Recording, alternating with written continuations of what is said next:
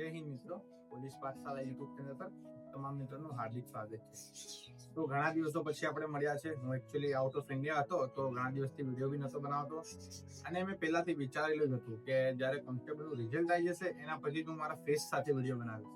એટલે આપણી ચેનલ પર પહેલા બી ઘણા વિડીયો તો આવતા જ હતા, પરંતુ હું આ ફેસ સાથે મારો પ્રથમ વિડીયો બનાવી રહ્યો હતો, જેમાં હું મારી સ્ટોરી બતાવીશ કે મેં કેવી રીતે એક્ઝામ પાસ કરી, આની પહેલા મેં કેટલી એક્ઝામ પાસ કરી છે, કેટલી મહેનત કરી જ્યારે આ એક્ઝામ પાસ થઈ છે, જેનાથી શું અત્યારે જે નવી ભરતી બહાર પડી છે, જેના ફોર્મ અત્યારે ભરાઈ રહ્યા છે, તો જે નવા લોકો તૈયારી કરી રહ્યા છે એ લોકોને બી એક મોટિવેશન મળે. અને આપણે હેતુ એ જ છે આ યુટ્યુબ ચેનલ બનાવવાનો કે જે છેવાડાના વિદ્યાર્થીઓ તૈયારીઓ કરે છે, જે કોઈ એકેડમી જોઈન નથી કરતા, એ લોકોને યુટ્યુબના માધ્યમથી કંઈક ને કંઈક નવું મળતું રહે. તો ચલો આપણે વિડીયોની શરૂઆત કરીએ. મારું ટૂંકમાં પરિચય આપી દઉં. સૌપ્રથમ તો મારું નામ છે ઉવેશ સૈયદ, અને આ 2024-25ની ભરતીમાં મારા 138.75 માર્ક્સ છે, અને મને બિન હથિયારી કોન્સ્ટેબલની પોસ્ટ મળી છે. અને આની પહેલા મેં ઘણી બધી એક્ઝામો પાસ કરી છે, જેમ કે જીપીએસસી ક્લાસ 1, 2 ની 2 વખત મેન્સ આપી છે, એસટીઆઈ મેન્સ આપી છે, એસએસસી જીડી, ફોરેસ્ટ, ઘણી બધી પરીક્ષાઓ પાસ કરી છે. રેલવેમાં બી એનટીપીસીમાં હું 1 માર્કથી રહી ગયો, અત્યારે જે ગ્રેજ્યુએટ લેવલનું રિઝલ્ટ આવ્યું એમાં પણ. તો આવી રીતે ધીમે ધીમે બધી એક્ઝામોમાં પાસ નાપાસ થતા છેલ્લે કોન્સ્ટેબલની પરીક્ષામાં હું પાસ કરેલું. તો સૌપ્રથમ તો મિત્રો તમને હું એટલું કહેવા માંગીશ કે જે લોકો પણ તૈયારી કરી રહ્યા છે એ લોકો ક્યારે બી હાર ના માનતા, કેમ કે આ ફિલ્ડ એવી છે, આમાં તમે ટકેલા રહેશો તો ચોક્કસ તમને સફળતા મળશે. એક પરીક્ષામાં તમે નાપાસ થાઓ તો એમાં તમે જુઓ કે તમે શું ભૂલો કરી છે, કયા સબ્જેક્ટ તમારા નબળા છે, કયા સબ્જેક્ટ તમારા એકદમ પાક્કા છે કે જેમાં તમે એક્ઝામના લાસ્ટ ટાઈમે બી રિવિઝન કરશો તો તમને આવડી જશે. હવે એમાં થાય છે એવું કે લોકો જે સબ્જેક્ટ આવડે છે ને એ જ વાંચ કરે છે. હવે ગુજરાતમાં સૌથી મોટી પ્રોબ્લેમ શું છે કે મેથ્સ રીઝનિંગ મોસ્ટ ઓફ બધાનું સારું નથી હોતું, એવરેજ હોય છે કાં તો નબળું હોય છે. હવે આ વખતે મેથ્સ રીઝનિંગ એવું પૂછાઈ ગયું, તો એમાં બધા પાર્ટ એમાં ફેલ થઈ ગયા. તો હવે સૌપ્રથમ તમારે શું કરવાનું છે કે તમારે મેથ્સ રીઝનિંગ ઉપર પકડ બનાવવાની છે. મારું બી એવું જ હતું. મારા 10મામાં હું તમને જો આમાં રિઝલ્ટ બતાવીશ, મારા 10મામાં 35 માર્ક્સ છે ગણિતમાં, અને ઇન્ટરનલ મળાઈને કઈ 40-45 માર્ક જેવા જ હતા. મારા બી કઈ વધારે નતા, મેથ્સ થોડું નબળું જ હતું, પરંતુ અંદર એક જીદ હતી, એક જુસ્સો હતો કે ના મારે પરીક્ષા પાસ કરવાની જ છે. તો મેં પછી ધીમે ધીમે મેથ્સ રીઝનિંગ શરૂ કર્યું. પહેલા મેં નીરજ ભરવાડ સરનું બેઝિક કમ્પ્લીટ કર્યું, અને પછી બકુલ પટેલ સરનું એડવાન્સ લેવલનું મેથ્સ અને રીઝનિંગ બંને એમના જોડે કર્યું છે. બુક લિસ્ટ અને એની ડિટેલ વિડીયો હું નેક્સ્ટ આના પછી તરત જ વિડીયો બનાવી દઈશ કે કઈ બુક મેં વાંચી હતી અને કેવી રીતે પ્રિપેરેશન કરી હતી. અત્યારે તમને શોર્ટમાં ખાલી કહી દઉં કે કેવી રીતે આપણે પરીક્ષા પાસ કરી. તો આમ 2022 થી મેં તૈયારી શરૂ કરી હતી. પ્રથમ વખત મેં 2022 કોન્સ્ટેબલની એક્ઝામ આપી હતી, અને એમાં હું રનિંગ તો પાસ કરી ગયો હતો પ્રથમ પ્રયાસમાં જ, પરંતુ લેખિત પરીક્ષામાં મારા માત્ર 50 જ માર્ક્સ હતા. તો એ ટાઈમે ઘણું દુખ્યું હતું, હું ખૂબ રડ્યો હતો એ ટાઈમે કે કેમ ના થયું આટલી મહેનત કરવા છતાં પણ. જેમ અત્યારે આ ભરતીમાં બી ઘણા લોકો રહી ગયા છે, લોકોને ઘણું દુઃખ થતું હશે કે અમે આટલી મહેનત કરી અને અમે સફળ ના થયા. પરંતુ મિત્રો એક વાત યાદ રાખજો, જો અત્યારથી તમે તૈયારી શરૂ રાખજો, નવી ભરતીની પરીક્ષા ના આવે ત્યાં સુધી, તો તમે ચોક્કસતાથી મહેનત કરશો તો તમને સફળતા મળશે જ, એ પાક્કું છે. તમે હાર ના માનતા, કેમ કે મેં બી જયારે જો હાર માની લીધી હોત અને તૈયારી મૂકી દીધી હોત તો આજે હું પરીક્ષા પાસ ના કરી શક્યો હોત. તો મેં ત્યારથી લઈને 2022 થી લઈને જ્યાર સુધી 2025માં પરીક્ષાની તારીખ ના આવી ત્યાં સુધી મેં સખત તૈયારી કરી. બધું જ, કોઈ લગ્નમાં નહીં જવાનું, કોઈ પ્રસંગમાં નહીં જવાનું, કઈ બહાર ફરવા નહીં જવાનું, માત્ર દિવસ અને રાત વાંચન કરવાનું. એના ઉપર ખાસ ધ્યાન આપજો તમે કે બહાર ફરવાનું ટાળજો, મોબાઈલ વાપરવાનું ટાળજો, અને વાંચવામાં ધ્યાન આપજો, કેમ કે આ ભરતીમાં તમને એટલો સમય નહીં મળે. કેમ કે જૂની ભરતીમાં તો ચલો સિલેબસ તો હસમુખ પટેલ સરે આપી દીધું હતું, પરંતુ પછી અધ્યક્ષ બદલાઈ ગયા, એમાં આવવામાં ટાઈમ લાગ્યું, પછી એમાં ઘણા કારણો હતા કે જેમાં ભરતી લેટ થઈ. પરંતુ આ વખતે તો બધું ફિક્સ છે, અધ્યક્ષ બી છે, સિલેબસ બી છે, એજ બધું છે, ખાલી તારીખો ચેન્જ કરવાની છે. એક પરિપત્ર બહાર પાડશે એટલે રનિંગ આવી જશે. એટલે તમે જરાય પણ તમે આમાં વિલંબ ના કરશો, તૈયારી ચાલુ જ રાખજો, રનિંગ ચાલુ રાખજો, અને લેખિતની તૈયારી જોડે ચાલુ રાખજો. મેં શરૂઆત કરી તો ત્યારે પ્રથમ તો મેં તલાટી બી આપી, જુનિયર ક્લાર્ક બી આપી, પરંતુ એમાં ના થયું તો થોડુંક ડિમોટિવેટ થાય, કેમ કે આમાં તડકો છાંયો આવતો રહે છે મિત્રો. તમે તૈયારી કરતા હશો એટલે તમને આઈડિયા હશે, પરંતુ તમારે હાર નથી માનવાની. પછી ધીમે ધીમે મેં જોયું કે મારા કયા સબ્જેક્ટ નબળા છે, કયા સબ્જેક્ટ પાક્કા છે. પછી મેં એના ઉપર ધ્યાન આપ્યું કે મારું બંધારણ જે છે એ સૌથી સ્ટ્રોંગ હતો, તો મેં પછી બંધારણ વાંચવાનું થોડું ઓછું કરી દીધું, અને મેથ રીઝનિંગ મારું થોડું વીક હતું, તો એના ઉપર મેં વધુ ધ્યાન આપ્યું. અને ત્યાંથી એના પછી મેં મેથ રિઝનિંગ એવું કરી નાખ્યું કે તમે એવરેજ 10 માર્ક્સનું પૂછાય ને તો એમાંથી તમે 7-8 માર્ક્સ તો લઈ શકો એવું તમારે કરી દેવું. ભલે તમને નથી આવડતું તો સાવ મૂકી નથી દેવાનું, એને એવરેજ સુધી તો લઈ જ જવું પડશે. કેમ કે અત્યારે કોમ્પિટિશન એટલું છે કે તમે કોઈ પણ સબ્જેક્ટ ઇગ્નોર કરશો ને મિત્રો તો તમારું મેરિટમાં નામ નહીં આવે. એટલે તમારે એક બી સબ્જેક્ટને ઇગ્નોર નથી કરવાનું. પછી ધીમે ધીમે બીજી એક્ઝામો આપી. પછી એમાં મારી સૌપ્રથમ 2024 એડવર્ટાઇઝ નંબર 47 જે જીપીએસસી ક્લાસ 1-2 છે એની પ્રિલિમ મેં પાસ કરી. સૌપ્રથમ પરીક્ષા મેં એ પાસ કરી. તો અંદરથી કોન્ફિડન્સ આવ્યું કે ના હવે હું બધી પરીક્ષા પાસ કરી શકીશ. અને જ્યારે તમે એક પરીક્ષા પાસ કરશો ને મિત્રો એટલે ધીમે ધીમે પછી બધી પરીક્ષાઓ પાસ થવા માંડશે. પછી ખાલી તમારે એક્ઝામમાં જઈને બેસવાનું જ છે. તમે જે બી એક્ઝામમાં બેસશો બધી એક્ઝામો ધીમે ધીમે પાસ થવા માંડશે. પછી એના પછી બીજી જીપીએસસી બી પાસ કરી, એના જોડે એસટીઆઈ બી પાસ કરી, પછી ફોરેસ્ટની બી પાસ કરી.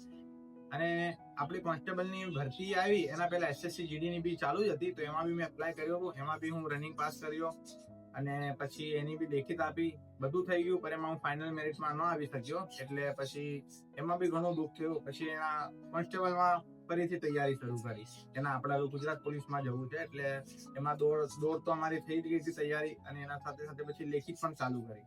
અને જેવી દોડ આવી પેલા દોડ આપી, પછી લેખિત આપી અને એવી રીતે 138.75 માર્ક્સ મેળવ્યા. તો આ તો થઈ મારી ટૂંકમાં સ્ટોરી. હવે હું તમને બતાવું કે તમે અત્યારે જો નવી જ તૈયારી શરૂ કરી રહ્યા છો ને આ માટે ખાસ વિડીયો છે. જે લોકો નવી જ તૈયારી કરી રહ્યા છે એ લોકોને હું કહેવા માંગીશ કે સૌપ્રથમ તો તમારે શું કરવાનું છે, તમારા જોડે સિલેબસની પ્રિન્ટ હોવી જોઈએ. જે સિલેબસ ભરતી બોર્ડની વેબસાઇટ પર આપેલું છે એ સિલેબસની તમે સૌપ્રથમ પ્રિન્ટ કરાવી લો. જો હું તમને બતાવું, હા જો આવી ફિઝિકલ તમારી જોડે સિલેબસની પ્રિન્ટ હોવી જોઈએ. તમે ગમે એ એક્ઝામની તૈયારી કરતા હો, કોન્સ્ટેબલ, પીએસઆઈ, સીસી, પંચાયત, તલાટી, જેની બી તૈયારી કરતા હો એના રીતે સિલેબસ હોવો જોઈએ. અને એમાં તમને બધું ખબર હોવું જોઈએ કે કયા કયા ટોપિક મારે વાંચવાના છે, કયા કયા નથી વાંચવાના. કેમ કે આ ટોપિક બાર તો પૂછાશે નહીં. આ જે ટોપિક છે એ તમારે કમ્પ્લીટ રેડી થયેલા હોવા જોઈએ. જેમ કે આ ટોપિક જો ભારતીય બંધારણ આપેલું છે તો એનો ઉદ્ભવ અને વિકાસ, આ એક ટોપિક થયો. આ તમારે વાંચવાનું, પછી એના ઉપર પૂરું થઈ જાય તો ટિક માર્ક કરી દેવાનું. એવી રીતે તમારે સંપૂર્ણ સિલેબસ પૂરું કરવાનું છે. જો આ પીએસઆઈ નો સિલેબસ છે જેમાં આખું પૂરું કર્યું હતું તો તમે જોઈ શકો છો. આવી રીતે તમે ટિક માર્ક કરવું પડશે. અને જે સિલેબસ આખું પૂરું કરશો તો તમે જયારે મોક આપશો ત્યારે તમને ખબર પડશે તમારા કયા ટોપિક બાકી છે અને કયા ટોપિક કરવાના છે. તો જેવી રીતે તમે સિલેબસ કરાવી લેશો તમારા ટોપિક તો આપેલા જ છે. તમારા ટોપિક રીડ કરવાના છે. હું કેવી રીતે કરતો કે જેમ કે આ બંધારણનો પહેલો ટોપિક છે ભારતીય બંધારણ ઉદ્ભવ અને વિકાસ. આ હું જોઈ લેતો લેક્ચરના મારફતે. બંધારણ મેં નિર્મિત પટેલ સર જોડેથી કર્યું છે તો હું બંધારણનો વિડીયો જોઈ લેતો અને એમની નોટ્સ બનાવી લેતો. મેં ઓફલાઈન ક્લાસ જોઈન કર્યા હતા એક એકેડમીમાં. ત્યાં તે બંધારણ લેતા હતા તો ત્યાં એ ચાલુ લેક્ચરમાં જે નોટ્સ બનાવતા હતા એ નોટ્સ હું બનાવી લેતો. પછી એ નોટ્સ ઘરે આવીને બી રિવાઇઝ કરવાની અને બીજા દિવસે જયારે બીજો ટોપિક શરૂ કરે ને એના પહેલા ઘરેથી એકવાર આ ટોપિક વાંચીને જવાનું. અને આ ટોપિકની ત્યાં જ અમારી ટોપિક વાઇઝ મોક ટેસ્ટ લેવાતી હતી. એટલે તમે ટોપિક પૂરું થઈ જાય એટલે તરત જ એની ટોપિક વાઇઝ મોક ટેસ્ટ આપો. પછી મોક ટેસ્ટ આવ્યા પછી જુઓ કે તમારે શું નથી આવડ્યું, શું યાદ રહ્યું, શું નથી રહ્યું. મોક ટેસ્ટ આપ્યા પછી એનું ફરીથી રિવિઝન કરો અને જ્યાં સુધી એ પાક્કું ના થઈ જાય ને ત્યાં સુધી તમે બીજા ટોપિક પર આગળ ના વધો. તમારું એક ટોપિક આગળનું એકદમ પાક્કું થઈ જાય પછી બીજા ટોપિક પર વધો. અને એક્ઝામ આવે ત્યાં સુધી તમારું 3 વાર રિવિઝન થઈ જવું જોઈએ. એટલે જ્યારે તમે લેક્ચર જુઓ છો કાં તો ઓનલાઈન લેક્ચર યુટ્યુબ માધ્યમથી જુઓ છો, તમે લેક્ચર જુઓ પછી એની નોટ્સ બનાવો, પછી નોટ્સનું રીડિંગ કરો અને એના પછી એનું મોક ટેસ્ટ આપો. અને મોક ટેસ્ટ આપ્યા પછી શું કરવાનું કે એ ટોપિકના પીવાયક્યુ સોલ્વ કરી દેવાના. માર્કેટમાં ઘણી બુકો અવેલેબલ છે. મારી જોડે યુવાની બુક હતી, અહીંયા છે નહીં. મારી જોડે યુવાની બુક હતી, એમાં ટોપિક વાઇઝ બધા પીવાયક્યુ આપેલા છે અને અલગ અલગ સબ્જેક્ટની એમાં બધી આપેલી છે જે હું બુક લિસ્ટના વિડીયોમાં તમને બતાવી દઈશ કે મેં કઈ વાંચી. પીવાયક્યુ સોલ્વ કરશો એટલે તમને અંદાજો આવી જશે કે હા આવા ક્વેશ્ચન પૂછાય છે, આવી રીતે મારે તૈયારી કરવાની છે, મારી ક્યાંક 50 રહેશે. તો તમે પીવાયક્યુ ખૂબ મહત્વના છે મિત્રો. તમે પીએસઆઈ કોન્સ્ટેબલ બંનેમાં જોઈ શકો છો કે પીવાયક્યુ નું શું મહત્વ છે. તો પીવાયક્યુ સોલ્વ કરો બુકમાંથી તો તમારો ટોપિક રેડી થઈ જશે. એટલે જુઓ ફરીથી કહી દઉં, સિલેબસ લેવાનું, સિલેબસમાં પ્રથમ ટોપિક વાંચવાનું, પછી એની નોટ્સ બનાવવાની, એનું રિવિઝન, એની મોક ટેસ્ટ અને એના પીવાયક્યુ સોલ્વ. આટલું તમે કરશો ને મિત્રો એટલે કોઈ ટોપિક બાર તમારા માર્ક્સ નહીં કપાય. 10 ક્વેશ્ચન પૂછાશે ને તો 10 માંથી 7-8 તો તમે આરામથી સોલ્વ કરી જ લેશો. તો આ થઈ લેખિત પરીક્ષાની વાત. હવે આપણે વાત કરીએ રનિંગની. તો રનિંગમાં હું કેવી રીતે કરતો, હું સવારે 5 વાગે ઉઠી જતો. 5 વાગે ઉઠીને હું ગ્રાઉન્ડે જતો. 6 કે 7 વાગ્યા સુધી પહેલા સ્ટ્રેચિંગ, પછી રનિંગ અને પછી કુલ ડાઉન. આ 3 સ્ટેપ તમારે ફોલો કરવા પડશે. સૌપ્રથમ તમે ગ્રાઉન્ડ ઉપર જાઓ તો પહેલા 1-2 રાઉન્ડ વોક કરવાના. પછી એવું લાગે કે શરીર વોર્મઅપ થઈ ગયું, થોડું વોર્મઅપ એક્સરસાઇઝ પણ કરવાની. એના પછી રનિંગ સ્ટાર્ટ કરવાની. તમે તરત જ રનિંગ સ્ટાર્ટ કરશો એટલે તમારા પગ ખેંચાશે, શ્વાસ ચડશે, એવું બધું થશે. અને રનિંગના બી હું થોડા ટાઈમમાં વિડીયો બનાવતો રહીશ, એટલે તમે ચેનલ જોડે જોડાયેલા રહેજો અને ખાસ સબસ્ક્રાઇબ કરીને રાખજો જો તમે નવી તૈયારી કરતા હો. તો હવે હું ડેઈલી તમને અપડેટ આપતો રહીશ. તો તમે સૌપ્રથમ જઈને વોર્મઅપ કરશો, પછી રનિંગ કરશો અને પછી રનિંગ પછી કુલ ડાઉન કરીને પછી સ્ટ્રેચિંગ કરીને જ ઘરે જવાનું. કેમ કે ઘણા મિત્રો એવા હોય છે કે ડાયરેક્ટ રનિંગ કરીને ઘરે આવતા રહેશે. તમે ઘરે આવતા રહેશો ને તો તમારા જે મસલ્સ છે ને એ રિલીઝ નહીં થાય. તમે સ્ટ્રેચિંગ કરીને આવશો ને તો પરફેક્ટ તમારું બધા મસલ સ્ટ્રેચ થયેલા હશે ને તો તમને દુખાવો પણ નહીં થાય અને મસલ સ્ટ્રેચ પણ નહીં થાય. અને એ સ્ટ્રેચ કરશો એટલે તમને બીજા દિવસ માટે તમારી બોડી પ્રિપેર રહેશે એના માટે, અને તમને બીજા દિવસે પણ દુખાવો નહીં થાય. એટલે પ્રોપર સ્ટ્રેચિંગ, કુલ ડાઉન અને એક્સરસાઇઝ બધું કમ્પ્લીટ કરીને જ આવવાનું છે. અને હું એક્સરસાઇઝમાં બી કઈ કરવાની છે એના ઉપર બી વિડીયો બનાવીશ. તો જ્યારે હું ગ્રાઉન્ડમાં જઈશ ત્યારે એના ઉપર પણ વિડીયો બનાવી દઈશ.